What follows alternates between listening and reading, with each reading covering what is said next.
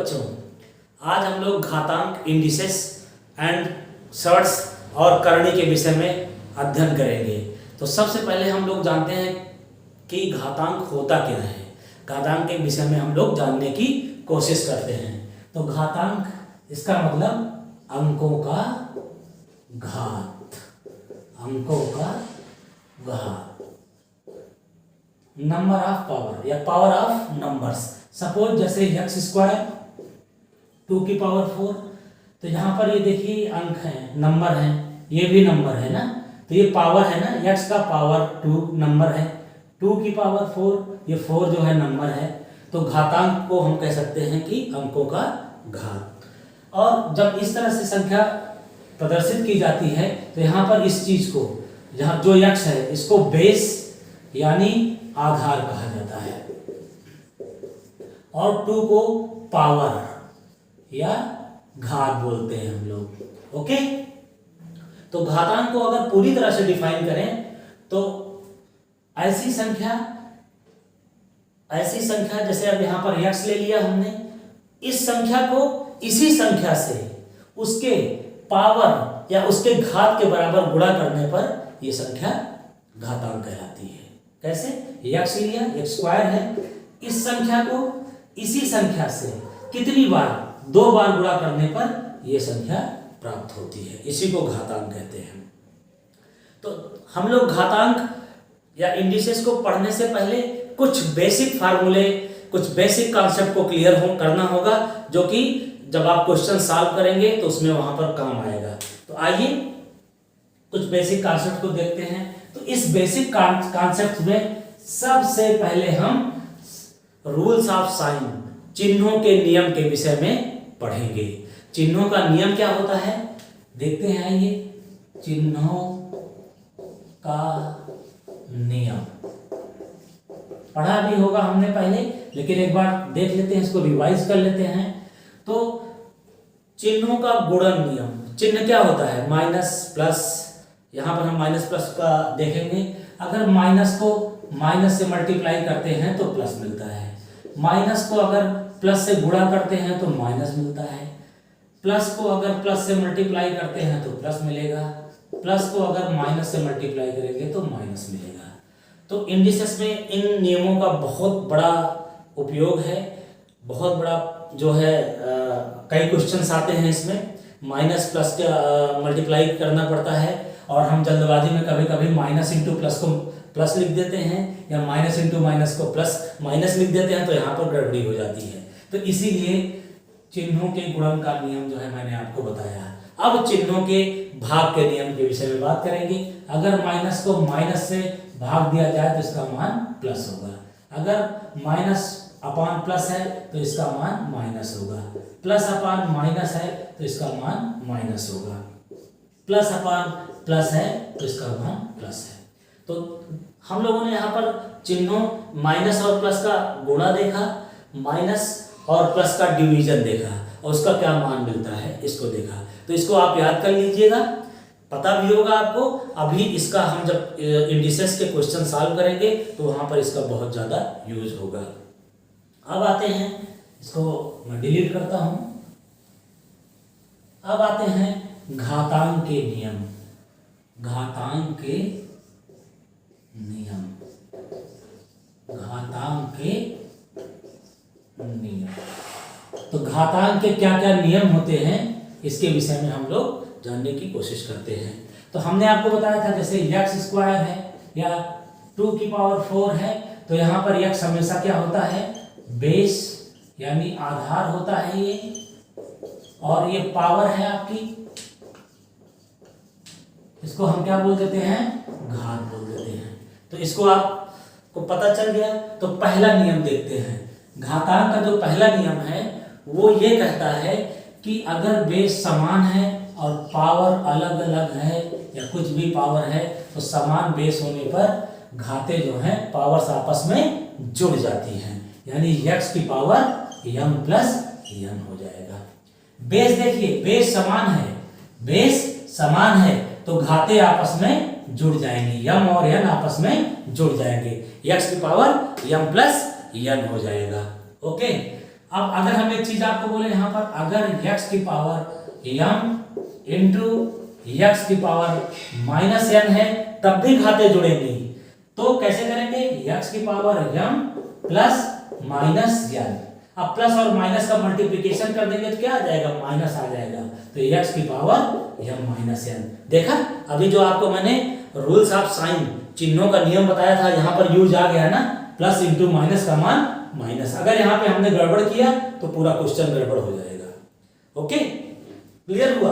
तो ये घातांक का पहला नियम है। अब घातांक के दूसरे नियम के विषय में जानने की कोशिश करते हैं। अगर x की पावर m है, ये इसको हम भिन्न के रूप में भी लिख सकते हैं, x की पावर m अपान 1 भी कर सकते हैं, तो 1 साइलेंट रहता है, हमें पता है कि ये भिन्न है, x की पावर m अपान 1 है।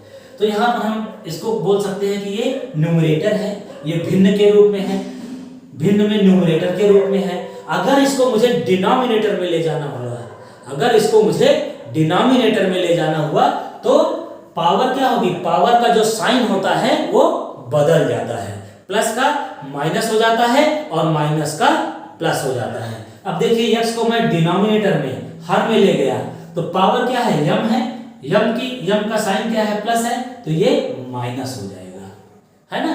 तो एक तरह से हम ये कह सकते हैं कि अगर x की पावर m है, इसकी पावर को मुझे माइनस में लिखना हुआ, प्लस में अगर पावर है माइनस में करना है, तो इसको हम हर या डिनोमिनेटर के रूप में लिख देते हैं। या ऐसा बोल सकते हैं कि अगर अंश को हर के रूप में लिखते हैं तो अंश की जो पावर है, उसका जो चिन्ह है, उसकी जो साइन है वो बदल जाती है, माइनस का प्लस हो जाता है और प्लस का माइनस हो जाता है। तो यहाँ प्लस था, यहाँ माइनस हो गया। अब दूसरा समझते हैं। अगर मान लो सपोज यहाँ पर x की पावर माइनस m है, अब इसको मुझे डिनोमिनेटर में, हर में लिखना हुआ, तो मैंने आपको बताया था कि जो पावर है उसकी साइन बदल जाती है, ऋण का धन हो जाएगा, माइनस का प्लस हो जाएगा। तो ये लीजिए x की पावर m हो गया। क्लियर। तो ये जो कॉन्सेप्ट है ये आपको इंडिसेस में बहुत ही काम आएगा।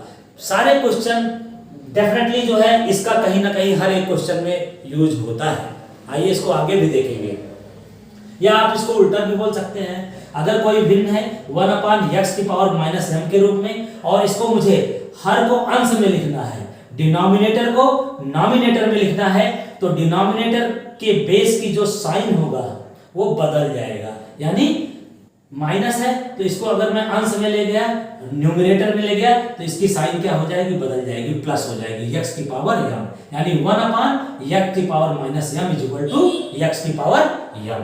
अब यहाँ पर आते हैं, अगर जो है 1/x की पावर m है ना, इसको मुझे न्यूमरेटर में लिखना हुआ, अंश में लिखना हुआ, तो m का जो साइन, पावर की जो साइन है वो बदल जाएगी। यहाँ m की पावर m है, m का जो साइन है वो प्लस है, उसका मान माइनस में हो जाएगा। तो 1/x की पावर m = x की power minus m। Clear. Okay, चलिए अब अगले फार्मूले पे चलते हैं। घातांक के अगले नियम को हम लोग लगाते हैं। आइए, घातांक का अगला नियम क्या कहता है।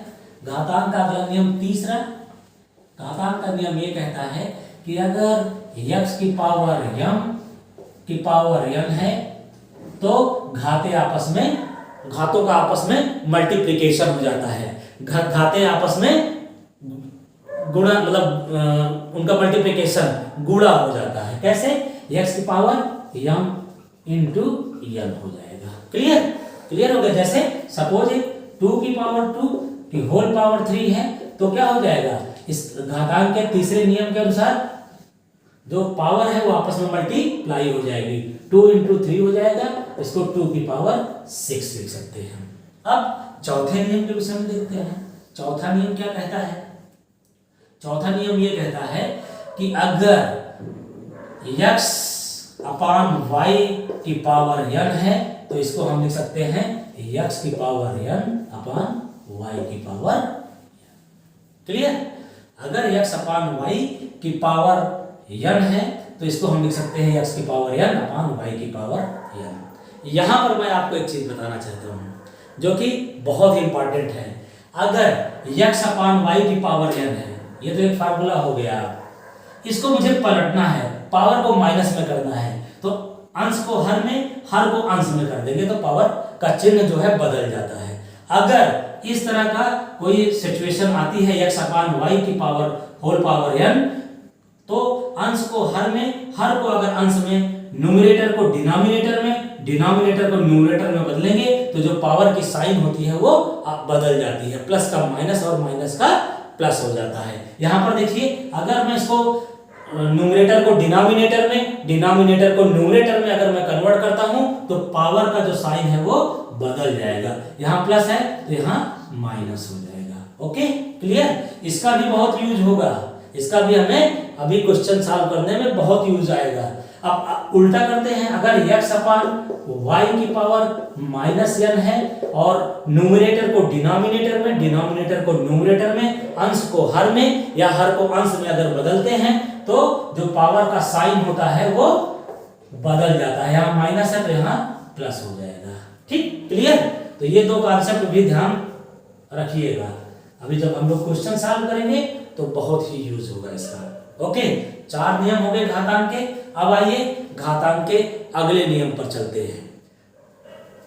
घातांक का अगला नियम क्या कहता है उसको देखते हैं हम लोग, 5वां नियम देखते हैं।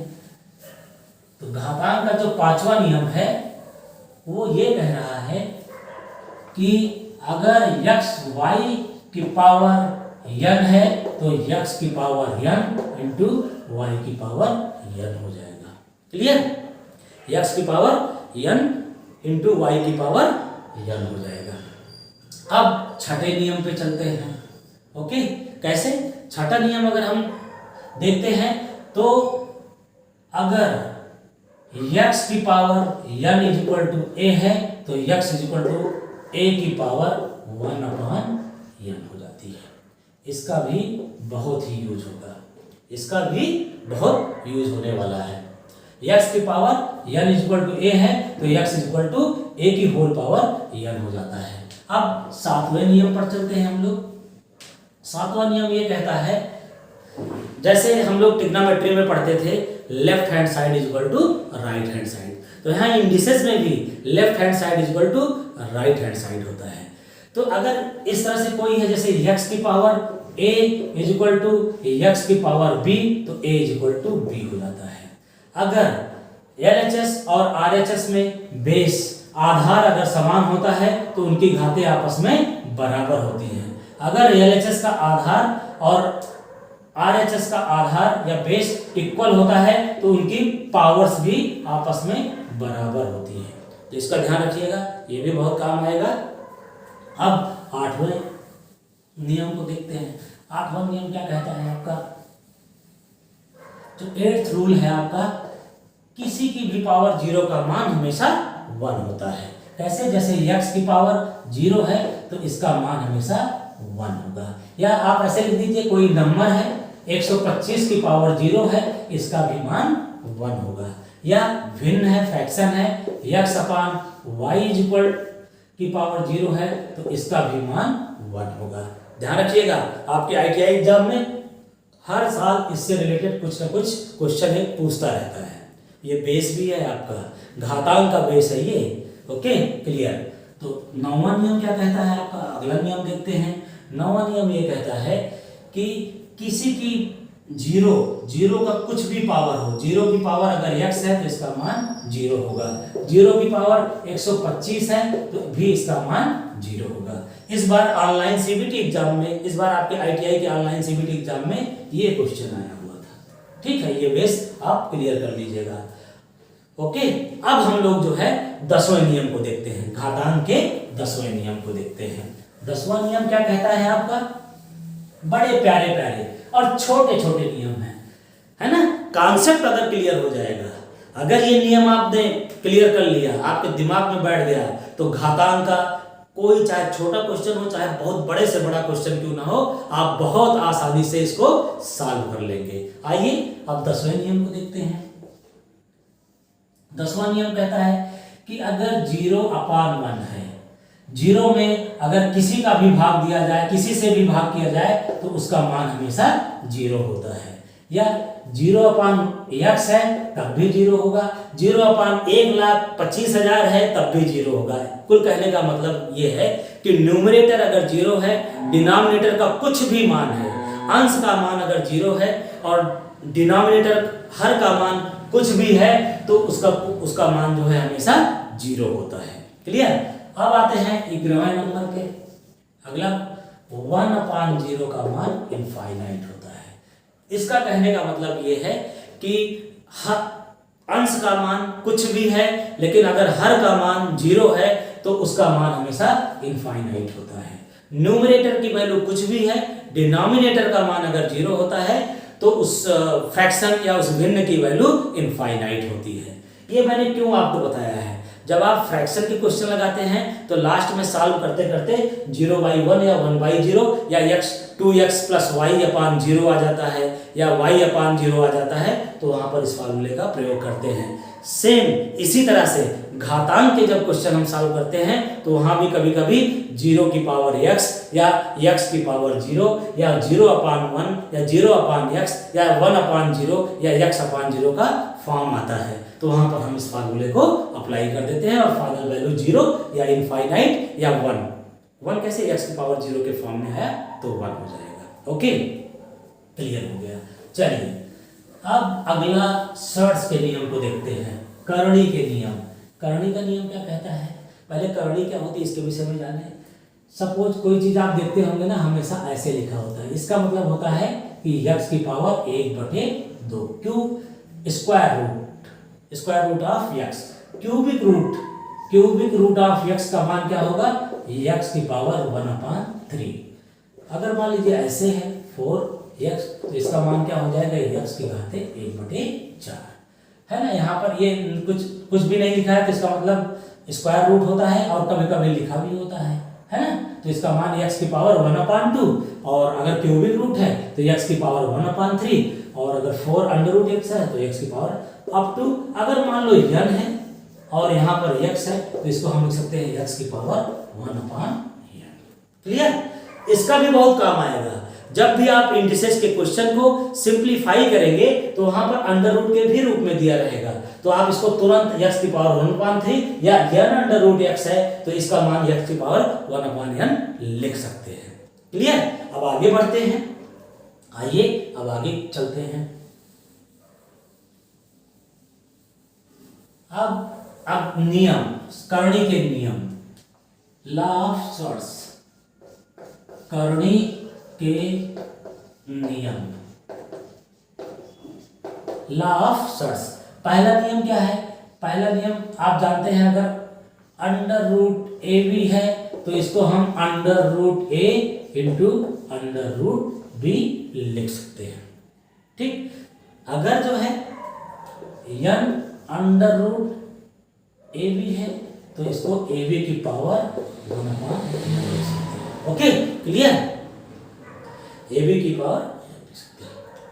अब आते हैं दूसरा, अगर √A/B है तो इसको √A/√B लिख सकते हैं, या n√A/B है तो इसको n√A/n√B लिख सकते हैं। ओके, इसको हम ऐसे भी यहाँ पर ऐसे भी लिख सकते हैं, n√A, इसको एक बार और चेंज कर देते हैं, इसको n√A × n√B भी लिख सकते हैं। क्लियर। ओके, देख लीजिए, इसको लिख लीजिए, एक बार इसको लिख लीजिए, फिर आगे देखते हैं हम लोग।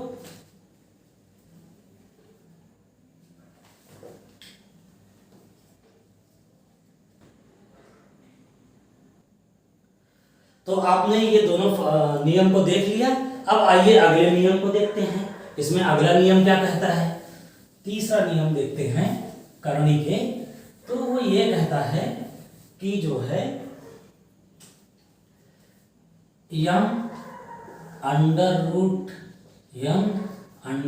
अगर a है तो इसको हम mn√a लिख सकते हैं। क्लियर। तो ये तीसरा नियम है। चौथा नियम ये कहता है कि अगर n अंडर रूट ए की पावर n है तो इसको a लिख सकते हैं। n अंडर रूट के अंदर a की पावर n है तो इसका मान a होगा। कैसे होगा? हमने आपको अभी बताया था कि अगर n अंडर रूट a है तो इसको a की पावर 1/n लिख सकते हैं। तो यहाँ पर ऐसे ही a की पावर n और 1/n। अब देखिए घातांक के नियम, m पावर a की power m into n mn हो जाती है, घाते आपस में मल्टीप्लाई हो जाती है ना, तो n इंटू 1/n, इसको अगर काट दिया तो इसका मान a आ गया। तो ऐसे यहाँ पर a आ गया। तो ये दो तीसरा और चौथा नियम है। पांचवा नियम हम लोग देखते हैं कि n अंडर रूट a की पावर अगर m है तो इसको हम लिख सकते हैं n अंडर रूट a की power a। Clear? n under root a की होल पावर m है तो इसको हम लोग लिख सकते हैं n अंडर रूट a की पावर m। क्लियर हो गया? तो यहाँ पर आज हम लोगों ने घातांक के सारे नियम के विषय में पढ़ा, फिर उसके बाद हमने सर्ट्स के नियम के विषय में पढ़ा। घातांक और करणी एक दूसरे के पूरक होते हैं, इंडिसेस और सर्ट्स एक दूसरे के बिना नहीं रह सकते। और हम जितने भी क्वेश्चन सॉल्व करेंगे तो आप देखिएगा कि उसमें इंडिसेस और सर्ट्स के फार्मूले का यूज होगा। तो इस वीडियो में, इस क्लास में जो मैंने आपको घातांक के सारे नियम के विषय में बताया है, करणी के सारे विषय के, करणी के नियम के विषय में जो सारा बताया है उसको आपको अच्छी तरह से समझ में आ गया होगा। तो आइए इनको एक बार हम अच्छे से कंटेस्ट कर लेते हैं, याद कर लेते हैं, और नेक्स्ट वीडियो में, नेक्स्ट क्लास में इन फार्मूलों का, इन सूत्रों का प्रयोग करते हुए हम घातांक और करणी के नियम को फॉलो करते हुए हम क्वेश्चंस को सॉल्व करेंगे। धन्यवाद।